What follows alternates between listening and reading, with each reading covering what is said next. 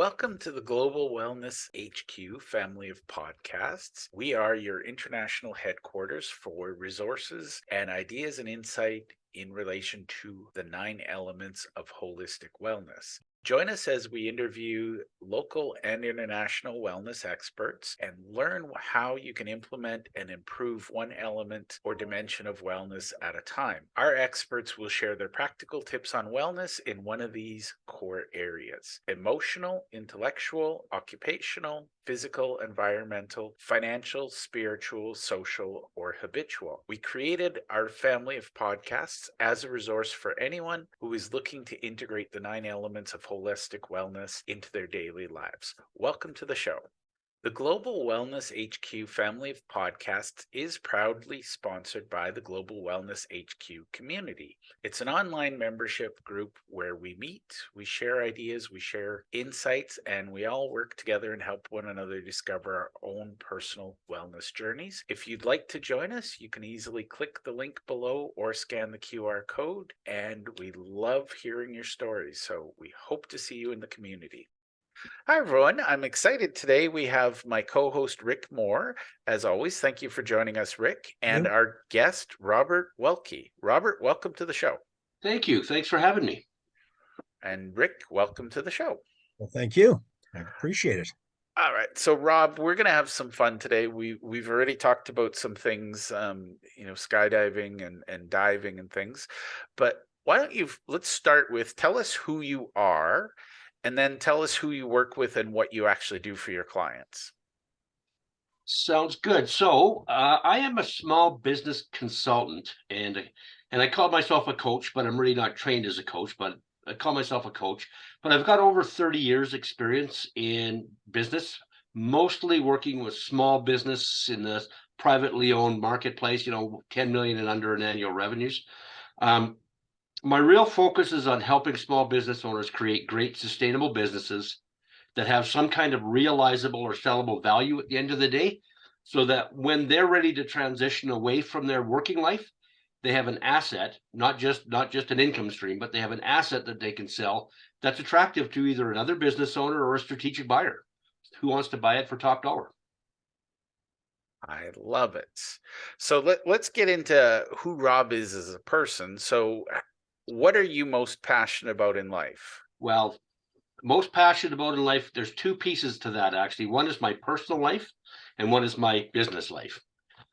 In person, as we talked about a little bit a while ago, I'm really passionate about scuba diving. I love doing it. I was mentioning to you earlier that I've got over 70 dives this year.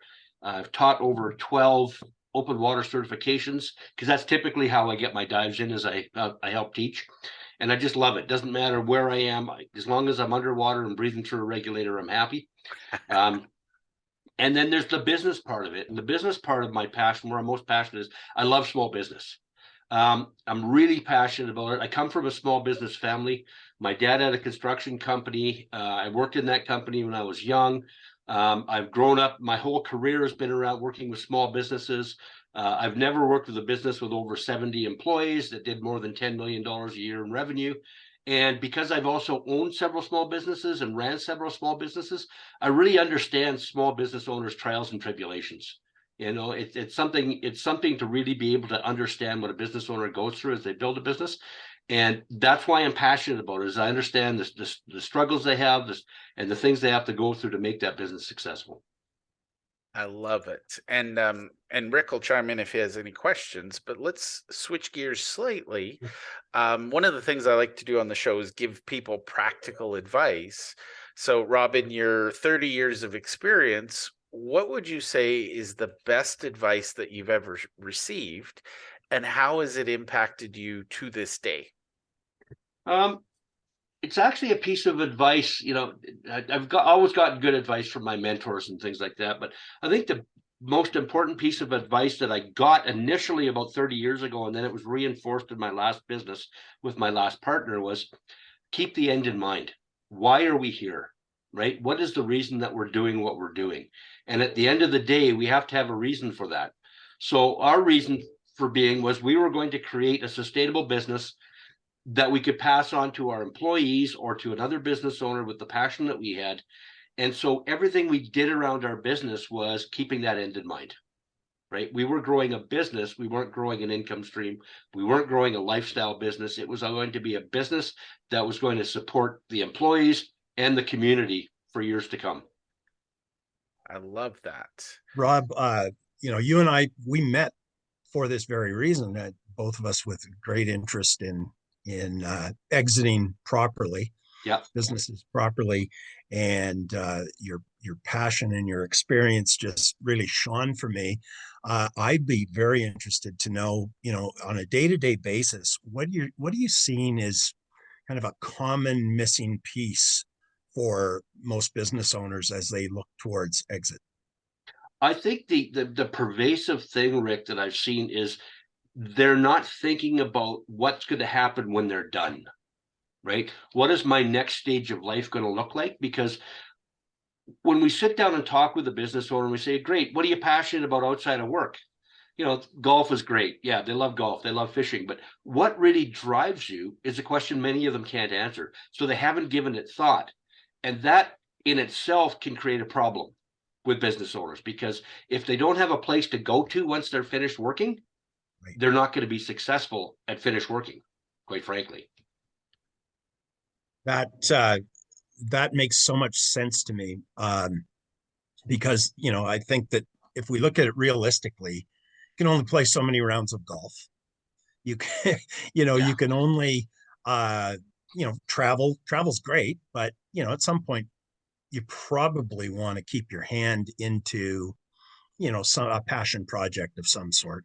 Exactly. Um, And and that's the thing that's missing for a lot of those guys, is they don't have right, a passion outside of work that drives them. right. And would you see the end result of that being that they just keep working typically? That's one of the consequences of them not having a passion outside of work. The other is they will actually sabotage the deal because they don't have a Mm, place to go to. It's amazing how many deals interesting. we have heard about where the owner at the 11th hour has decided that, boy, I don't really know what I'm going to do when I get up tomorrow morning if I sign this paperwork. They back out. They get cold feet. Yes. Do you find that there's a little bit of a disconnect with the spouse in many cases as well, in terms of what they both want out of an exit? I think that's probably a fair assessment or a fair comment, because in many cases, and it's funny because we sat down with an acquisition company that was acquiring a bunch of companies, did some interviews with the president at one point, and he said many of the business owners that they run into that they were going to buy, it was either you do it or a divorce kind of decision, Okay. right? Because the wife had, you've invested 30 years into our marriage, but you've invested 35 years into your business, and the business always takes priority. Right. Yes. And it's like a child. And that's one of the things I think about when I think about business owners is their business is always a child that never grows up. But as a Right. parent, we all have the responsibility to raise our children so that they can become independent. Yet business owners don't do that with their business. They do it with their children, but not with their business. Great insight. It's so important, I believe, that um, that there is an end in mind. You were just saying that when you start a business, you do have that end in mind. I would say most people that do, that's why they chose to start a business, was to have some independence. And the reality of it is it's a lot harder than just probably what they initially think about. Mm-hmm. And but it becomes a passion as well. But if you don't have that end in mind, how are you going to get there? Yeah. Think about your scuba experience. You got to have everything prepared when you go in. You got to know, hey, I can be down here for a certain number of minutes before I start to struggle. Yeah. And so Absolutely. there's an end in mind, a clear end in mind. And I would imagine that that's something that there's some education around when you do start talking to business owners. Yeah, and I would agree. I mean, one of the things that I've found, particularly for a lot of the smaller businesses that I've run across, is the owner started that business because they were good at what they did. They were passionate. They were not just craftsmen. They weren't just workers, they were craftsmen, right? They were students of their craft, and they became good at it. And as a result, people said, you know, you should do this, you should do that. Or they got to the point where they said, I can do this better than my boss can. So they started their business. But they never really started the business with the idea of, well, I'm going to build a business out of this.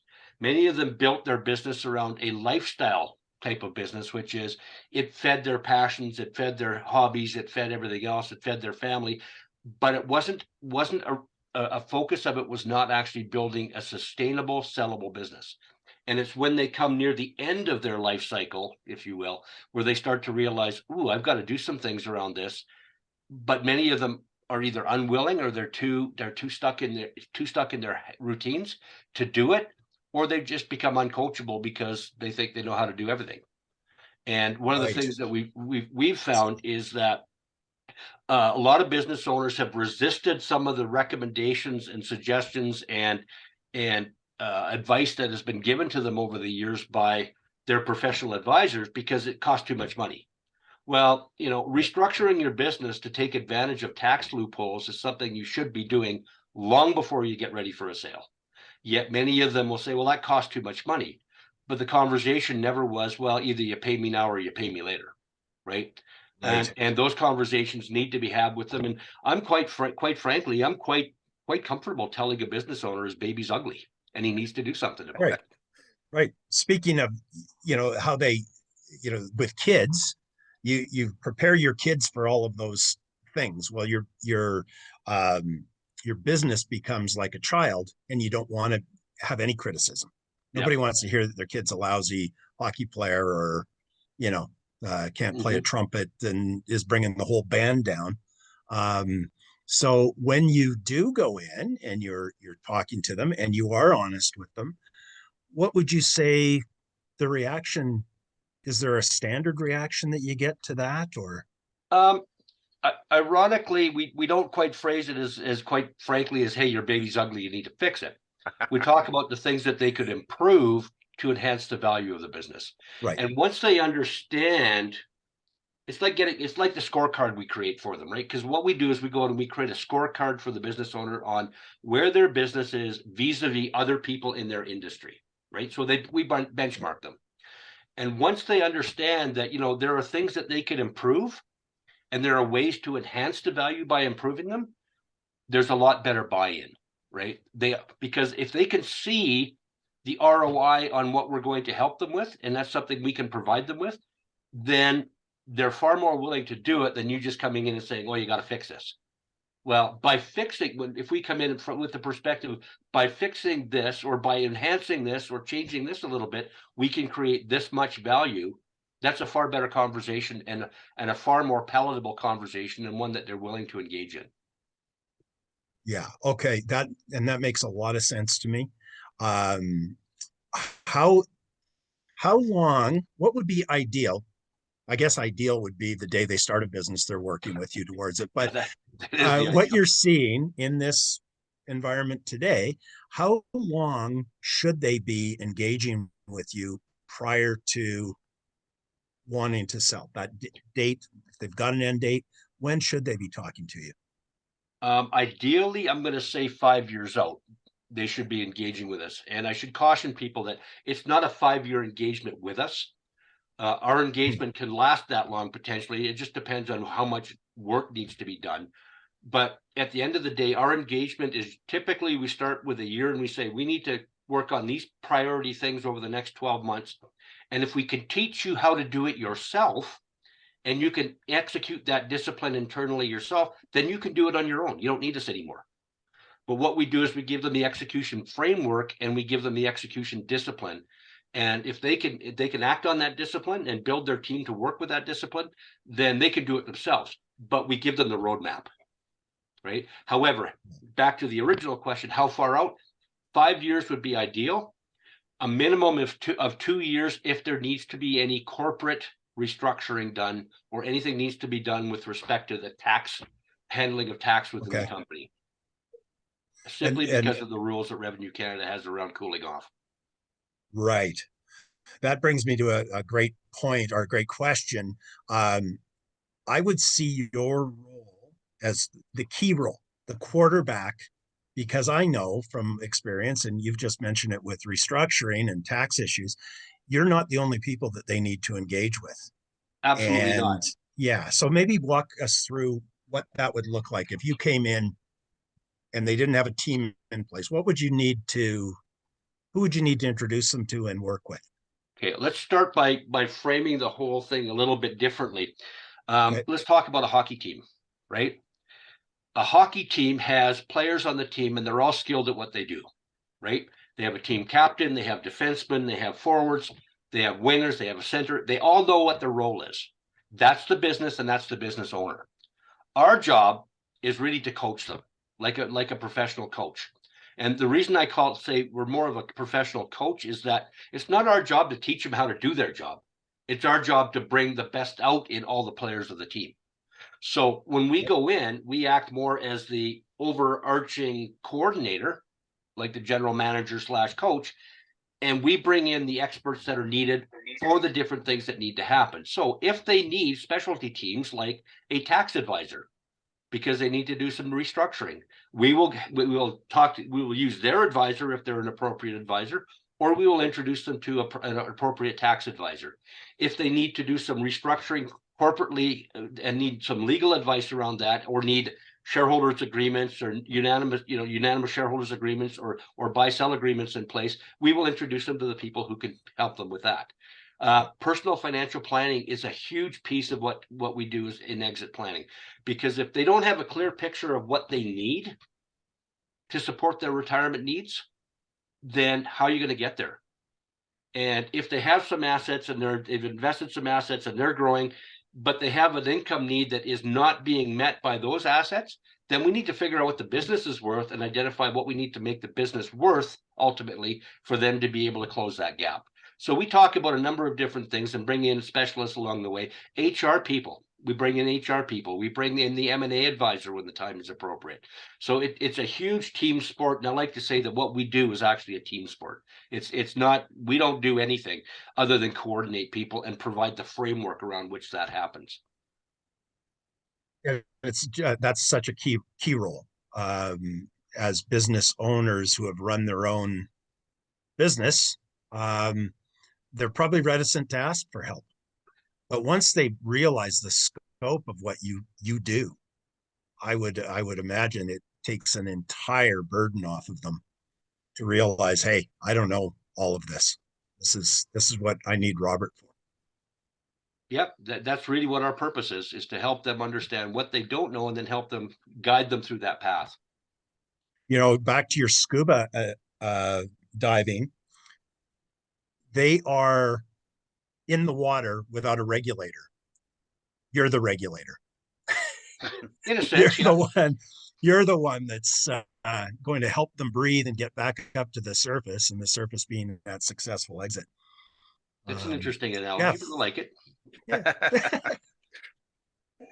Jeff, any questions? Sure. Well, I think Oh, as people are building their team, Rob, um, you're probably uniquely suited to answer this question, but what are some practical things that they can do today and make their lives easier? What are some tips you give them on building their team of advisors? Because again, it is a team sport. The only people I see that go it alone, they tend to struggle more than they need to. So, what are some things you would recommend or tips you'd throw out for people who don't know where to start?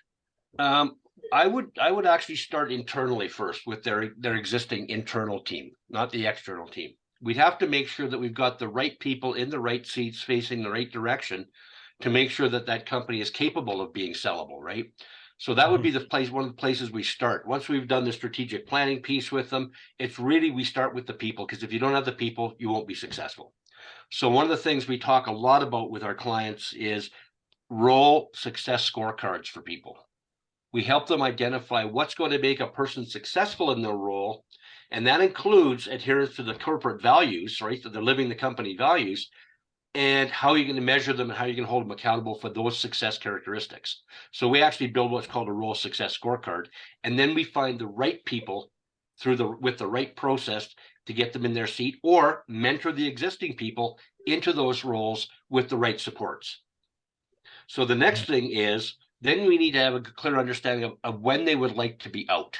And it's once we understand what their time frame is, then we can start to bring the appropriate external advisors in to assist, right? If they need systems and processes, like a proper sales system and a proper sales management process, we have people we can bring in for that. If they have a need for tax restructuring, or their accountant is your basic compliance accountant, and they haven't talked to an advanced tax accountant because they've got some complex family issues, we would want to introduce them to an advanced tax planning accountant with enough time that things can get done. Lawyers, again, HR people, personal financial planners. We've introduced most of our business owners to personal financial planners because all they've ever had is wealth advisors, not personal financial planners. Right. And then, those kinds of things. It all depends on the strategic plan and the time frame that we're working with.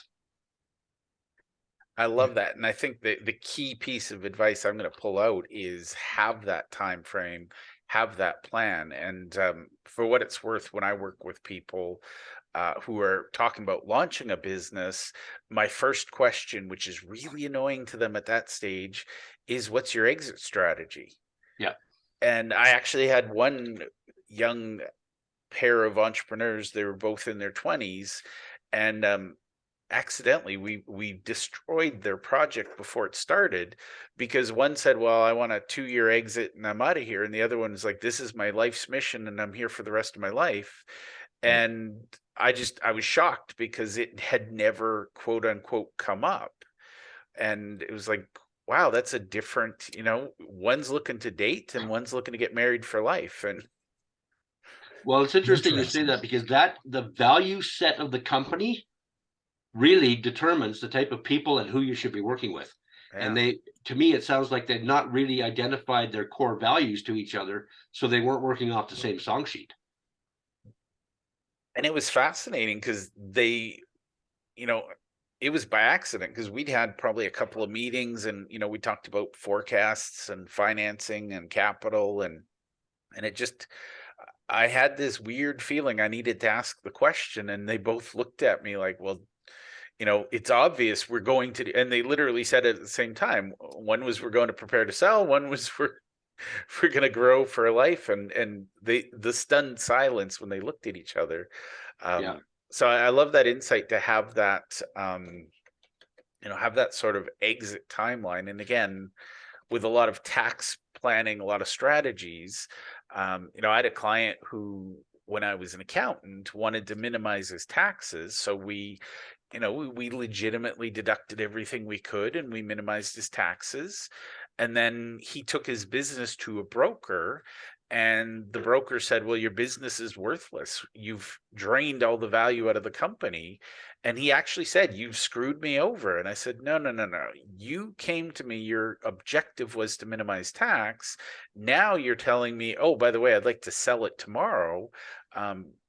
You can't shift gears that quickly in a business. Well, in fact, they're diametrically opposed in many cases, right? Yeah. Because if you want to sell a business, it has to be attractive to a buyer, and there has to be perceived value in it, and that perceived value starts with financials. Yeah. In every case, right? And if there's no profitability there vis-a-vis other companies in that sector, then there's no perceived value in it. Yeah. If I can editorialize here for a half a second, Sure. in the capital raising world, people are always asking, if they're going to invest money, well, what's the exit strategy? And these are early stage companies, and I always say the best exit strategy is a proper entrance strategy. And part of that proper entrance strategy, you just reminded me of this, is being in alignment with who you're going into business with, having those conversations, because we know that businesses fail early on, and a lot of it, oh, me and my brother will go into business together. Well, you're great brothers and you love each other, but doesn't mean you can necessarily work together. And so you've got to be that entrance strategy of being aligned with your partners and knowing how long you want to work for. If you nail that, then the exit strategy will play out properly, in my mind. Exactly. Yeah. Again, you're essentially saying begin with the end in mind. Yeah. Yeah. And Which I know from talking, and sitting with you over beers and chatting with you and Brad over the years that, you guys have the experience that when you do sit down with somebody, you can say, hey, we've been there, and you can talk to them on their level. So, maybe just uh, give us a little bit of a flavor of your experience, what you've done leading into this that allows you to be on the same page with these people. Sure. My first foray into my own business was back in 1991, where we started an environmental company, an associate of mine, and our focus was to raise $10 million because we needed to secure the equipment, we needed to bring it into the country. We went through the process before we even started the capital raise of building the business plan and getting the licensing in place with Alberta Environment. So we were the first company in the province to actually be licensed to treat hazardous waste outside of Swan Hills. And we did it because we understood the regulations and we understood them thoroughly. So we did that. We raised the $10 million. The exit strategy for us was going public. When we did end up going public a year and a half after we did the capital raise, I left the company for my own reasons. And the company failed 3 years later, but that's beside the point. So, starting up a brand new business, raising $10 million, the whole process of building the business plan, dealing with regulators and all that provides, a broad and vast level of experience to anybody who's never done it. Yes. I followed that up with my own personal financial planning practice for 10 years. And then one of my clients approached me and asked me to sell my practice to help him build an oil field service company because he had known me for a few years. His dad was a friend of mine. And he said, you know what, I really like the way you do things. I know you've got experience running a business. You've been in business before. Come help me. So he ended up enticing me over the course of 6 months to do that. So I ended up selling my financial planning practice and went off and helped him with his business. When I joined the company, the year end was a $250,000 year end. That was our revenue. When I left the business in 2018, we were doing $5.5 million a year, and we had two separate companies, and we had built it from essentially scratch to 35 employees, working for all the majors, doing inspection integrity work around the province, a very good reputation. But we had built systems and processes deliberately and with very focused effort because we knew that we wanted to sell the business. Right. That was the whole reason that I came and joined them, is we're going to build a sellable asset. And we did have an offer back in 2014. We had private equity approach us and say they wanted to buy us out. We went through the due diligence process. They gave us an LOI, went through the due diligence process. Unfortunately, that fell through at the ninth hour or the 11th hour because of the price of oil falling through the floor. We took too long doing due diligence. The money went away because nobody wanted to invest in the oil and gas industry as a result of the fall in the price of oil. So we just continued operations. And then my partner passed away from cancer a couple of years later. And that's when I exited the business. Right. Well, and so for business owners that are, tuning in and listening, that is the type of experience, I call that gray-haired experience, that you need when you're looking at being coached in your business and selling your business. You need somebody that's like you, Rob, that's been there, from a startup to advising businesses in your financial planning to being, like you say, 11th hour due diligence, somebody trying to buy you. That is all such valuable experience. Mm-hmm. You That can't buy that experience, quite you frankly. cannot. No book is going to teach you that. No, exactly. Yeah. So if I had pom poms right now, I'd be going Rob.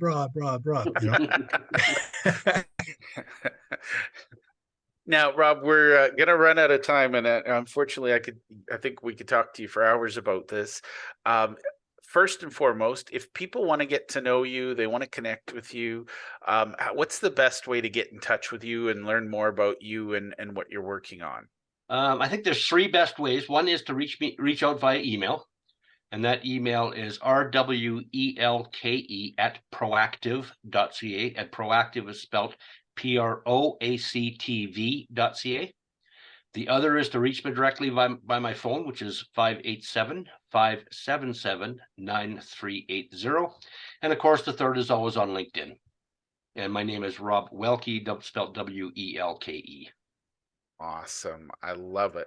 Now, Rob, there's an inevitable point in the show because you're an expert in what you do and I'm not. Is there any questions I should have asked you that our listeners need to hear, but I didn't think to ask, so you can enlighten us? It's funny because you had a bunch of questions you had me to kind of review to prepare for this.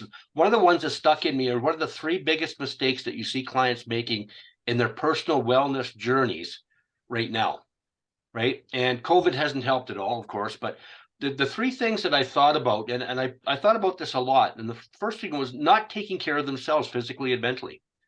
Two of my mentors in my life passed away in the middle of building a business from cancer, right? So they weren't paying attention to the signs and they weren't taking care of themselves mentally or physically. That's really what it boiled down to, right? Yeah. Secondly, is spending too much time in the business and not creating a clear vision for their life after work business, right? Or their life after work. They tend to business owners tend to be very reactive and not proactive in that area. They need to start thinking about it sooner and start thinking about, if I wasn't doing this, what would be the best thing that I could be doing that I would enjoy so much, right? And it's not fishing, it's not scuba diving, it's what other value creating opportunity could they do outside of business, right? And I guess the third one that I came to is try and get a clear purpose for what your life is going to look like after business. Right? Think about the things, right?